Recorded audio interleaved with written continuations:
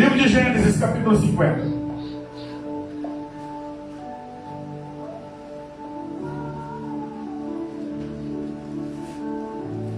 Verso 20.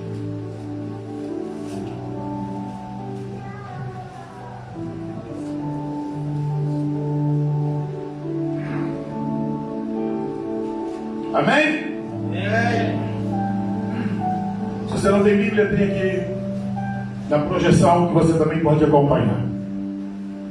Diz assim: vós bem tentaste mal contra mim, porém Deus o intentou para bem, para fazer como se vê nesse dia, para conservar muita gente com vida.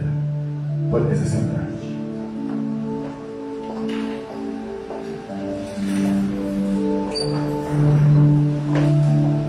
Quero pedir a tua atenção nesses minutos que estaremos meditando aqui na palavra de Deus.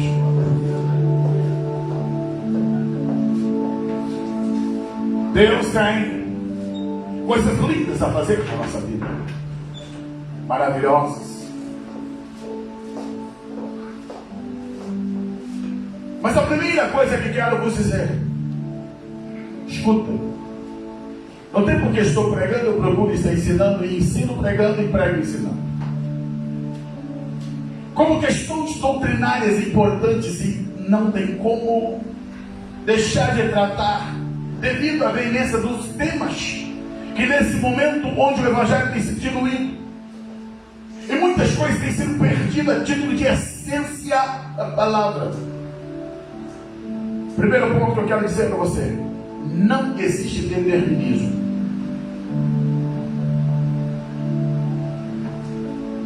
Escuta uma coisa: a predestinação bíblica que é declarada não tem nada a ver com destino. Deus não te destinou para a miséria. Deus não te destinou para a perdição. Deus não te destinou para viver uma vida no pecado. A vida é feita de escolhas. Escolhas que todos nós temos responsabilidade de fazer, obrigado. Que temos responsabilidade diante delas. Infelizmente, com o alto avanço das questões relacionadas a essa linha que é o calvinismo, muitas pessoas passaram a justificar os seus erros, as coisas que acontecem na sua vida, como resultado de que Deus determinou que fosse assim. E quando as pessoas se sofrem e esquecem que não foi Deus que determinou, devido à má interpretação bíblica e o conhecimento às vezes equivocado de textos bíblicos, colocamos Deus como autor do mal, como aquele que destinou, já predestinou aqueles que estarão perdidos. Não, queridos. A Bíblia diz assim: eis que põe diante de ti a vida e a morte, a bênção e a maldição. Escolha. Josué, quando fala para o povo, diz: olha, eu e minha casa serviremos ao Senhor. Vocês escolhem. Elias diz para a nação de Israel: se o Senhor é Deus, sirva a Ele. Se Baal é Deus, sirva a Ele. A vida é feita de escolhas e não de determinismo. Agora tem uma outra questão que é importante tratar aqui antes de entrarmos na palavra. Nós somos resultado de um processo. Isso é fato.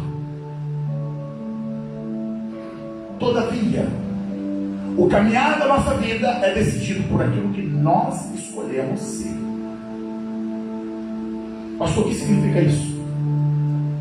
Você nasce em um lar, está ali o pai, a mãe e os filhos. O ensino que o pai e a mãe transmitir é aquilo que vai se crescer. Formação de caráter, desenvolvimento. Esse desenvolvimento sim vai ser resultado coletivo ali dos filhos, dos familiares, vai influenciar. Todavia, vai chegar um momento que você pode dar sequência àquilo, ou você pode mudar. Se está errado aquilo que tu aprendeu e você dá sequência, não. A culpa não é de quem errou te ensinar. A culpa é você continuar no erro, decidindo viver dessa forma. Vamos para a palavra. O texto que lemos diz: vós bem intentaste o mal contra mim. Claro que aqui não tem nem tempo e nem há possibilidade nenhuma de nós fazermos aqui todo um explanamento da vida de José. José, você pode fazer uma série de mensagens, pregar 20, 30 mensagens, sem repetir nada, porque a vida dele é um conteúdo de muitos nuances de aprendizado. Mas aqui eu quero sintetizar alguns pontos que nos mostra o quanto Deus pode fazer na nossa vida quando nós escolhemos Ele. José é o 12º filho de Jacó. Pastor, o senhor errou, é 11º, sim, 11º homem. Mas é 12º porque ele de nada também lá na turma. 11º homem, mas 12º filho. Então ele já chegou com a casa cheia. Filho de Raquel, amada do seu pai. É uma história longa, você pode ler depois a Bíblia. Convivia com tias, com serva da sua mãe, serva da sua tia. Eu posso dizer o seguinte, irmãos: aquilo era um misto complicado. Se tem uma família complicada, chama-se família de Jacó. Era um lar onde havia disputa de duas mulheres pelo mesmo homem. Resultado não da escolha de Jacó, mas resultado da loucura de Labão, pai das meninas, que fez Jacó obrigatoriamente casar com Léia. Jacó nunca quis Léia. E esse Labão bagunça a coisa todinha. Vou voltar a dizer: a vida pode bagunçar as nossas vidas, mas quando nós escolhemos fazer a vontade de Deus, Deus coloca tudo em ordem. Jacó casa com Léia, depois casa com Raquel. Jacó tem Bila, tem Silpa como concubinas. Vive aquela tudo nuance de problemas. Mas é o mesmo Jacó que encontra Deus no Jaboque e se transforma no Israel. A sua vida pode vir bagunçada. As pessoas podem criar problema na tua vida, mas quando você decide caminhar com Deus, Deus te encontra, te toca, te marca, transforma, te muda, e você vai viver milagres de Deus. Mas hoje eu quero falar de José. Esse menino nasce nesse ano de irmãos que são meio irmãos. É o xodó do pai, mas é o desprezado dos irmãos. Então ele já tem esse ambiente hostil, maléfico. Mas você tem um outro problema. Eu não sei se você que está aqui sentado vai se encaixar nesse perfil de Jacó, de José. José foi alguém que se tornou órfão muito cedo. Perdeu sua mãe. Quando o seu irmão mais novo nasceu, o Benjamin, que era para ser Benoni, que era filho da dor, mas seu pai disse: não, é filha da minha direita, não vai ficar com essa marca. Mas José, ele perde a sua mãe muito novo. Agora tudo que ele quer é a figura do pai, porque o ambiente não é saudável, não é bom. Os irmãos dele aprontam, não andam no ensino do seu pai. E ele olhava para tudo aquilo e dizia: está errado, está errado. E quando chegava em casa, ele não conseguia esconder do seu pai. Escuta, José não era leve trás, José não era um X9, não era um traidor, não. ele era o menino correto. Escuta, não é teu amigo quem apoia você no erro. Não é teu amigo que quando você erra e diz para você está tudo bem não. José foi amigo dos seus irmãos, mas eles não perceberam. José lhe dizia, está errado o que vocês estão fazendo, mas ele foi encarado como inimigo. Satanás consegue criar ali um ninho de discórdia. Lembre-se, os conflitos são nossos, seres humanos. Os demônios só usam as oportunidades e brechas que os seres humanos abrem para ele. Os demônios não são culpados dos erros humanos. Os homens erram, os demônios se aproveitam.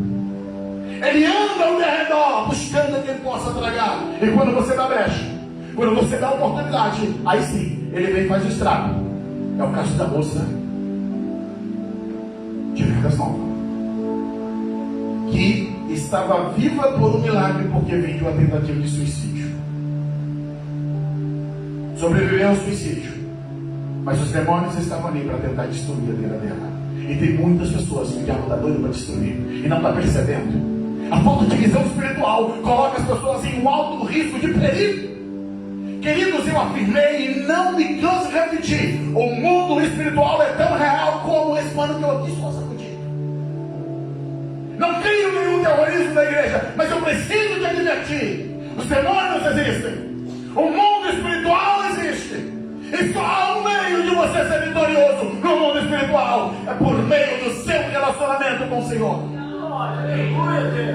Não existe um homem bravo, não existe um homem forte, não existe um homem poderoso que possa vencer o reino das trevas sem a pessoa de Jesus. Sem Jesus nós não somos absolutamente nada. E José, ele fala para o seu pai o erro dos seus irmãos. Seu pai os repreende. Seu pai bate o dedo e diz: está tudo errado, corrige, talvez disciplina. E por isso eles ficam com raiva de José. José tem sonhos, e os sonhos de José incomodam os seus irmãos, porque ele teve um sonho que colocava ele na interpretação, 2 sonhos, e os 2 sonhos apontavam que ele seria um líder. Pastor, mas isso não é predestinação? Não. Entenda uma coisa: dentro do campo da teologia, como é que classificamos Deus? Deus, ele é atemporal. Pastor, o que significa isso? Significa que Deus está fora do tempo. Deus, ele é eterno. Escuta, Deus criou o tempo e nos colocou dentro do tempo, mas ele está fora do tempo. É por isso que quando falamos da encarnação de Jesus, é algo tremendo e lindo, porque o verbo se fez carne e entrou no tempo, por causa de mim, por causa de você, para nos trazer vida. Mas Deus, ele é atemporal. Então, o tempo que ele criou, como é que diz Isaías? Eu anuncio o fim desde o começo, porque foi ele que criou o tempo. Ele sabe tudo, passado, presente e futuro. Está tudo numa mesma linha, porque ele está de fora, ele está enxergando, está vendo tudo.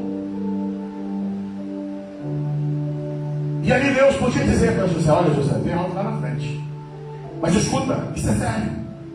Não significa dizer que Deus determinou que os seus irmãos tinham que vender. Mentira! Isso é maldade humana.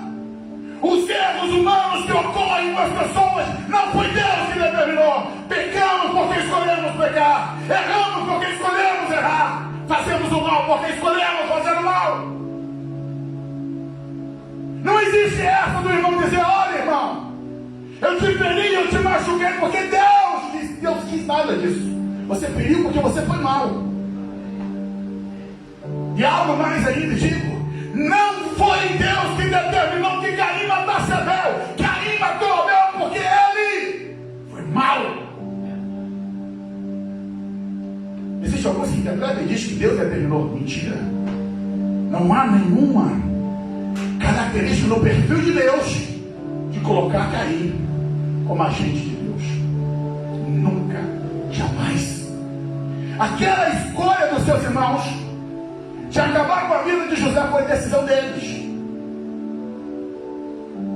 Era só um menino, no alto dos seus 17 anos de idade, em obediência aos seus pais. Ele vai procurar os seus irmãos. E quando encontra eles, lá longe ainda, eles disseram: lá vem o sonhador, vamos matar ele. Fortíssimo. Como assim? O que ele fez? Só não gostamos dele. Cuidado com o teu coração. Cuidado com o teu coração. Enganoso é o coração do homem, demasiadamente corrupto, desesperadamente corrupto. Eu confesso que olho para esse texto bíblico e fico assim: Deus, como assim? O que José fez para eles ter tanto ódio para matar o menino?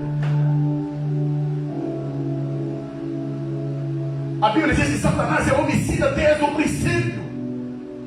E qualquer pessoa que der lugar ao inimigo pode fazer coisas que mais tarde vai chorar e vai se arrepender duramente. Quando José se aproxima deles,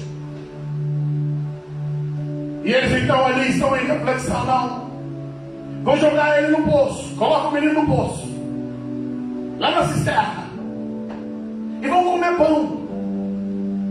Aqui já dá uma outra mensagem. E eu pergunto: como consegue comer pão com o irmão jogado na cisterna? Como é que consegue ser tão frio? Como é que consegue maquinar tanta maldade no coração e não tem uma gota de sensibilidade? Está na Bíblia. Está na Bíblia. Sabe por quê? Deus não esconde que Ele trabalhou com homens imperfeitos. Mas quando eles decidem, quando eles escolhem fazer a vontade de Deus, Deus muda, Deus transforma, Deus toca e faz diferença. Você conhece a história? José é vendido, irmãos, entenda. Ele é vendido pelos seus irmãos. E quando vemos o desenvolver da história lá na frente, quando eles encontram com José já rei do Egito, governador do Egito, que a coisa começa a pegar para o lado deles. Sabe qual é a expressão deles? Deus está nos pegando. Nós não ouvimos os gritos dele. E eu fico a pensar e te pergunto: qual é a cena, irmão? O menino ali dizendo: meus irmãos, por favor, não faça isso. Insensivelmente entregado, vendido. Escuta, ele vai acorrentado, porque ele é escravo agora. Ele não tem mais a liberdade, não tem mais a capa do papai colorida. E ele vai andando no meio daquelas pessoas, as lágrimas rolando, chorando, talvez gritando: se minha mãe estivesse aqui, cadê minha mãe? Cadê meu pai? Não tem pai. E não tem nem os irmãos insensíveis para ajudar. E a sua trajetória dali até o Egito é de choro, coração rasgado, em pensar: eu fui traído, eu fui vendido pelos meus próprios irmãos. Mas tem uma coisa que me chama a atenção: é que na caminhada, na trajetória dele, ele não deixa que o coração dele seja um poço, um antro de ódio, de rancor. É por isso que eu te digo: as pessoas podem errar com você, podem construir todo um lamaçal para você viver ali, mas você decide: o meu coração não vai ser poço de rancor, o meu coração não vai ser poço de ódio. Podem tentar contra mim, podem tentar moldar o meu caráter, mas o meu caráter só vai ser moldado por Deus. Eu estou na mão de Deus, é Deus que conduz a minha vida. Eu creio no Deus dos meus pais.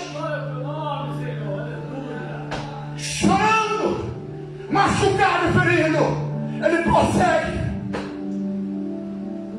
Eu não sei se você já parou para pensar.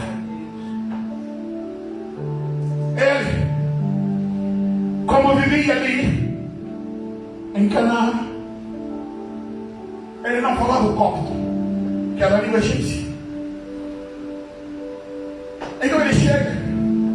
É igual para você sair do Brasil e chega na Irlanda, você chega na Grécia, e É assim que José chegou no Egito. Ele não sabe se estão falando que ele é feio, que é bonito. Ninguém o entende. Tem momentos, irmãos, que você está cercado de multidão, mas você não consegue entender ninguém, ninguém consegue te entender.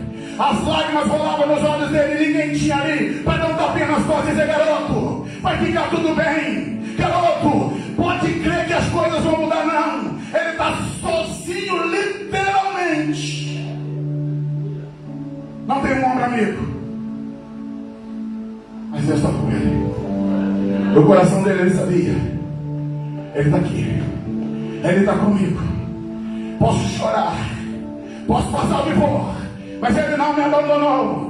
Eu não consigo ouvir as vozes e entender aqueles que falam, mas a voz dele eu ouço. E eu sei que se eu falar com ele, ele vai me ouvir, ele vai me entender, ele vai me entender. Os homens podem não te entender, mas Deus te entende, Deus te compreende, Deus sabe que tu fala com ele.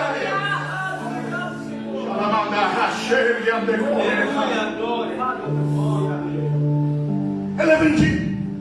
Vai para a casa de um homem chamado Potifar, um oficial do Egito. Parece que o som brilhou para ele. É possível que ali Potifar investiu no menino, porque ele era inteligente, ele era capacitado, aprendeu a língua egípcia, ele tinha dotes administrativos, e tudo que ele colocava a mão, a coisa prosperava. A coisa começou a caminhar bem. As suas roupas mudaram, o seu linguajar mudou, a sua posição, a sua comida. Deus está cuidando de mim como escravo. Deus não abandona. Sou escravo, mas eu continuo sendo cuidado de Deus. Eu sou escravo, mas Deus tem bálsamo, Deus tem alívio. Deus tem alívio. Mesmo no tempo do deserto, Deus tem alívio para o seu povo. E o menino sentiu alívio. Até que a mulher de Potifar, cheia de capeta no corpo, cheia de pombageira, bate o olho no garoto e começa a querer seduzi-lo. A essa altura, José já era administrador da casa de Potifar, e ela o assedia. Entenda, aquela situação que ocorre não é a única. Ela já havia assediado ele várias e várias e várias vezes. Mas aquele dia ela armou para ele, dispensou os funcionários, criou uma situação para ficar sozinho com ele. E ela pensou: ele não vai, agora não, hoje é hoje. E chama ele. Ele diz: minha senhora, desculpa lá, mas não vai. Ela deve ter ficado cheia de raiva, dizendo: como assim? Você sabe disso? Eu sou sua senhora, eu sou sua dona. Você vai deitar-se comigo? Tu é meu escravo. Disse: não. O meu senhor Potifar me concedeu a administração sobre todas as coisas, menos você. Você é dele, e é só dele. Não toque você. E o que ela faz? No desespero, tenta agarrar o garoto, parte para cima literalmente. E o que ele faz? Ele sai correndo, rasga a roupa. Imagina a cena da agressão. A roupa dele chegou a rasgar. Ele está dizendo: eu não quero, eu não vou. Em nome de Jesus, entenda uma coisa: quando você não quer pecar, irmão, não tem capeta, não tem demônio que te segura. Nada te faz você pecar quando você decide não pecar. Porque o garoto sacudiu e disse: eu não vou, eu não vou. Quer ficar com minha roupa? Que fique. Ele sai lá da roupa na mão dela, e ela fica ali no vazio, no vácuo. Só ódio. E ele, ó, qual o custo disso? Vai para a cadeia, garoto. Mas eu tenho uma palavra de Deus para você. É melhor dormir em um chão frio de uma cadeia com Deus do que deitar numa cama confortável do pecado. Porque lá no chão frio da cadeia Deus te visita, a glória dele desce sobre você. Mas lá no pecado você está à exposição do demônio, você está à exposição de Satanás. Então fique com Deus, passe a prova, passe a luta, mas não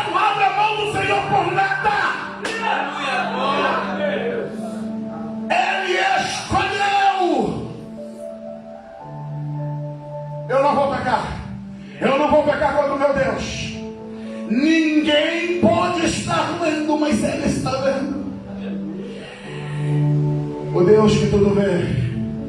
É essa a convicção de José. Deus está me vendo e eu não vou errar. Eu não vou pecar. E é por isso que ele decide ser correto. E aí pega o garoto. Ei, escuta. Não pense que José foi pegado assim. Vem cá, vem neguinho, vem bonitinho. Não, irmãos. Foi com muita brutalidade. Espancaram o garoto. Bateram nele. Afinal de contas, a acusação dele foi de tentativa de estupro, de violência contra a sua senhora. Ele foi acusado de ter traído o homem que o ajudou, o homem que o levantou. A acusação foi muito grave. Pegam ele, jogam ele na prisão, arrebentado, quebrado. E o que ele faz? Mais uma vez, lá estava a opção: se tornar um antro de ódio, de rancor, de vingança. Deixa que eu vou pegar, eu vou. Não.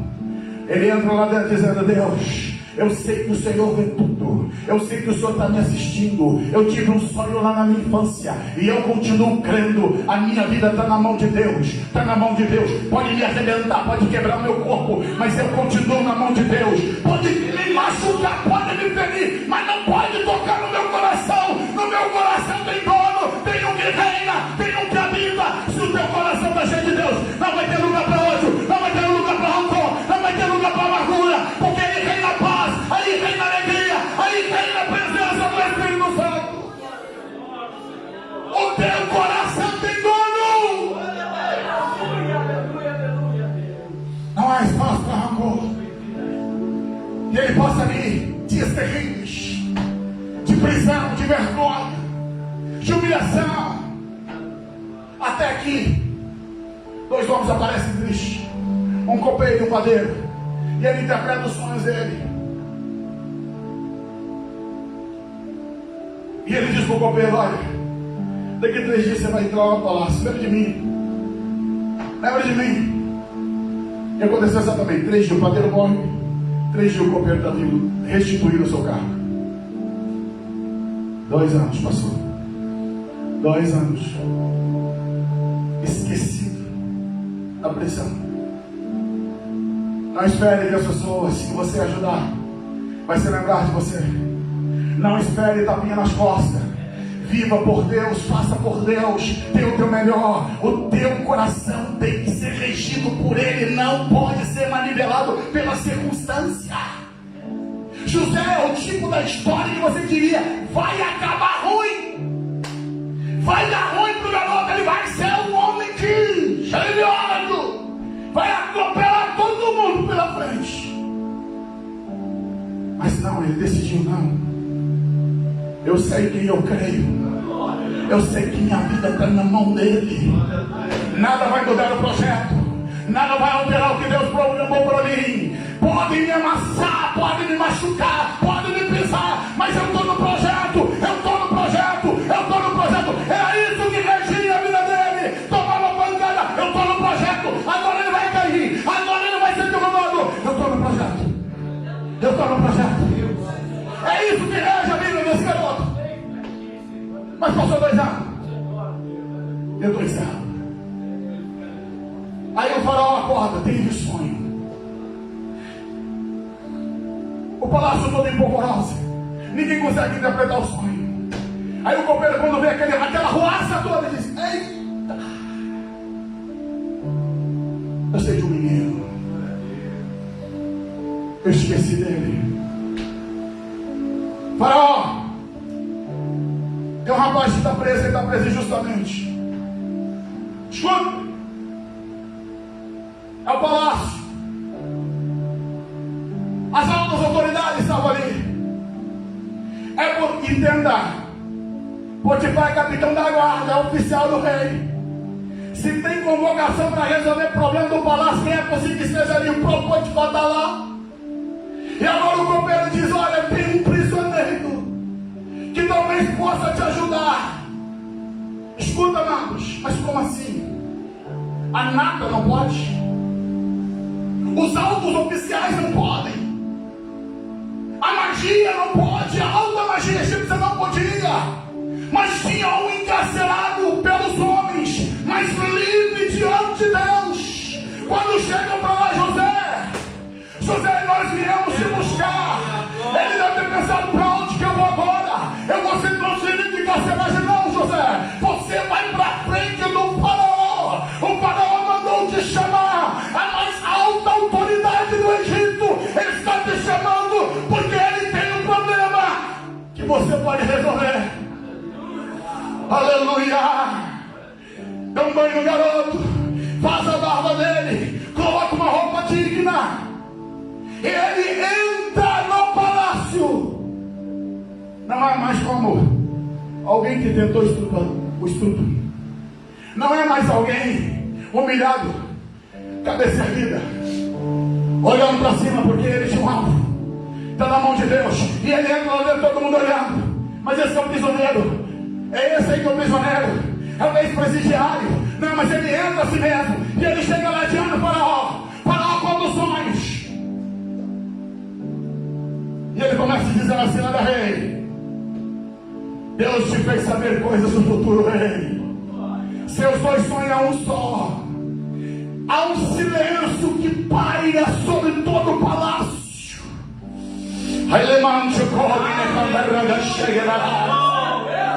Porque tem algo de Deus ali tremendo acontecendo. Deus está usando o garoto que ninguém entendia. Quando chegou ali, ele falava, ninguém entendia. Mas agora faz silêncio. O próprio faraó faz silêncio para ouvi-lo. E ele diz: olha, tem 7 anos de fartura que vem por aí, rei. E depois vem 7 anos de fome. E eu te aconselho, rei, levanta o homem, que para que nesses 7 anos economize, ajude tudo em celeiros, porque quando chegar a fome vai ter alimento para o Egito.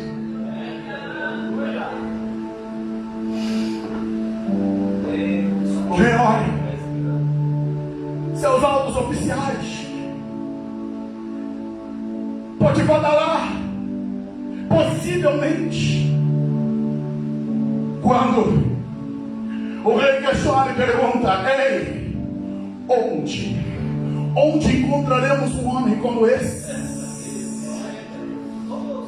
Ei, chega aqui, rapaz, eu vou te dar o meu anel. Tu não é mais presidiário. A partir de hoje, dá cá teu dedo, garoto, você está sendo aclamado governador do Egito. Você está sendo aclamado governador do Egito. Eu perguntei, só pensou no meu coração, que deve ter passado ali no filme. Ele viu as estrelas, sol e lua se inclinando, ele viu os molos de trigo se inclinando, e ele ali, sem ninguém entender, as lágrimas rolando, dizendo: o meu Deus cuida de mim, o meu Deus me conduziu, o meu Deus me conduziu. Eu cheguei aqui porque Deus me trouxe, Deus cuidou. Intentaram mal, mas Deus fez o mal virar rei. Aleluia. Coloca o garoto da carruagem, passa pelo Egito inteiro dizendo: esse é o governador, abaixo do rei, é ele que manda, é ele que manda. E eu vou encerrar aqui. Escuta uma coisa: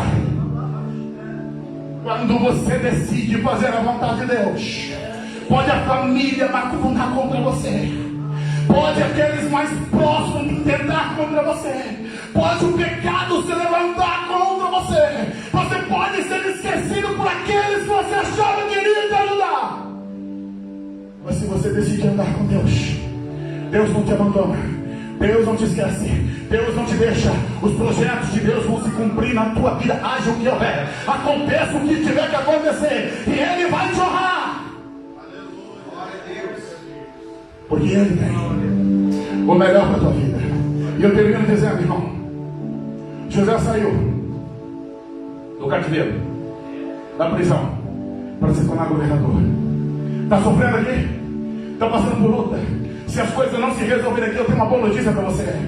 Se não resolver aqui na terra, eu quero dizer para você que quando o Senhor tocar a trombeta, você vai ser arrancado daqui, dessa tristeza, dessa angústia, dessa dor, e lá no céu tem uma coroa de glória que te espera, tem uma coroa de glória que te espera. Nós haveremos de entrar os portais celestiais cantando.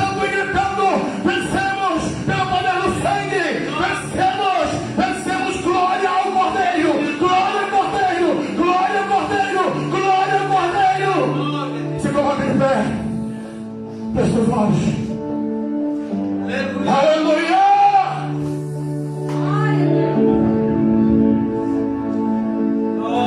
Deus tem o melhor pra mim. Deus tem o melhor pra mim. E o que preciso For não se compara com o que há de vir. Deus tem o melhor pra mim. Deus tem o melhor pra mim. E o que preciso foi. Não se compara com o que há de vir. Deus tem o melhor. Deus tem o melhor pra mim. Deus tem o melhor pra tua família, pra tua casa. Deus tem o melhor pra você. Creia, acredite, confie. Todo mal, todo mal. Deus tem você.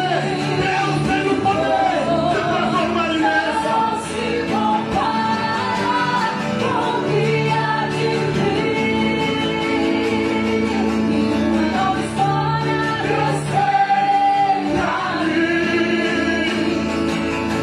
E um novo tempo Deus tem pra mim.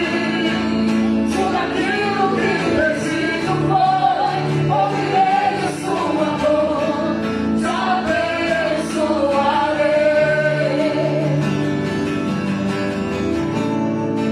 Eu quero orar por você.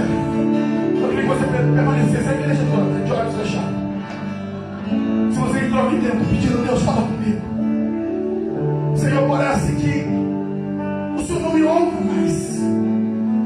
Senhor, está doendo, está ruim, está difícil. Hoje ele reservou para dizer para você: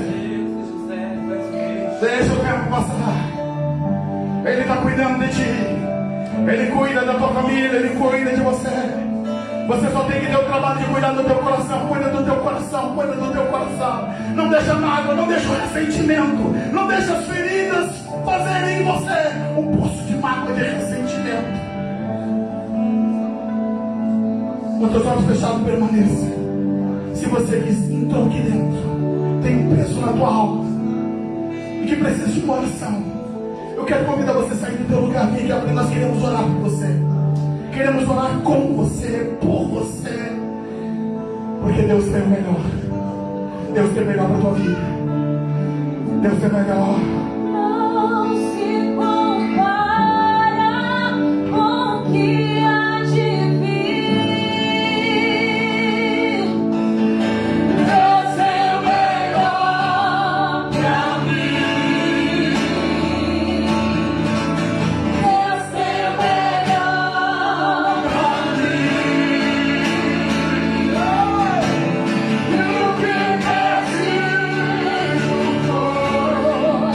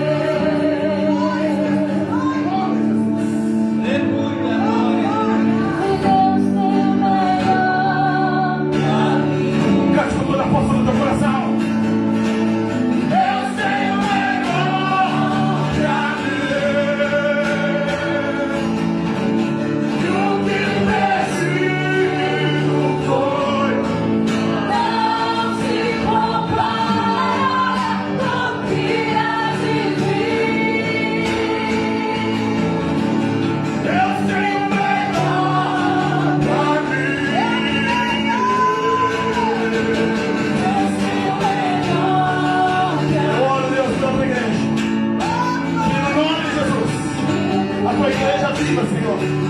Segundo o teu projeto, segundo o teu propósito. Acalma esse coração, acalma essa vida. Que o teu Espírito venha ministrar, Senhor. Que o Senhor está no controle de todas as coisas. Todas as coisas estão debaixo do teu poder e da tua autoridade. Em nome de Jesus. Amém. Estenda tuas mãos assim. Que o grande e eterno amor de Deus, que a graça infinita do nosso Senhor e Salvador Jesus Cristo, e que as doces consolações do Espírito Santo permaneçam sobre toda a igreja do Senhor, desde agora e para todos sempre, todos digam comigo amém. Vamos Deus, na paz.